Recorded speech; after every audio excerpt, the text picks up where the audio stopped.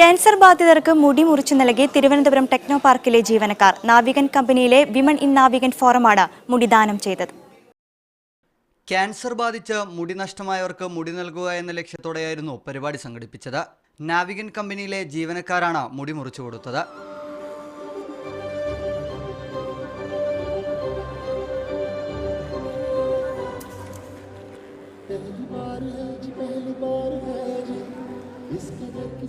തൃശൂർ ആസ്ഥാനമായുള്ള hair bank എന്ന കമ്പനിയാണ് മുടി ശേഖരിക്കുന്നത്.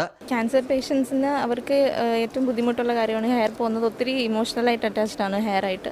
സോ എന്നാൽ കഴിയുന്ന ഒരു ചെറിയ കോൺട്രിബ്യൂഷൻ മാത്രമാണിത്. എന്നെക്കൊണ്ട് എന്ത് പറ്റുന്നു ചെറിയൊരു സഹായം അത്രേ ഉള്ളൂ. നാവികൻ കമ്പനിക്കൊപ്പം മറ്റു കമ്പനികളിൽ നിന്നുള്ളവരും പരിപാടിയുടെ ഭാഗമായി. ഞാനിത് രണ്ടാമത്തെ പ്രാവശ്യമാണ് മുടി വളർത്തി കൊടുക്കുന്നത്.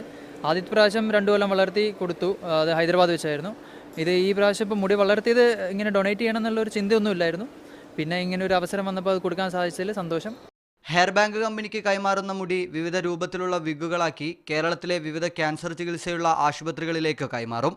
മീഡിയ 1 തിരുവനന്തപുരം.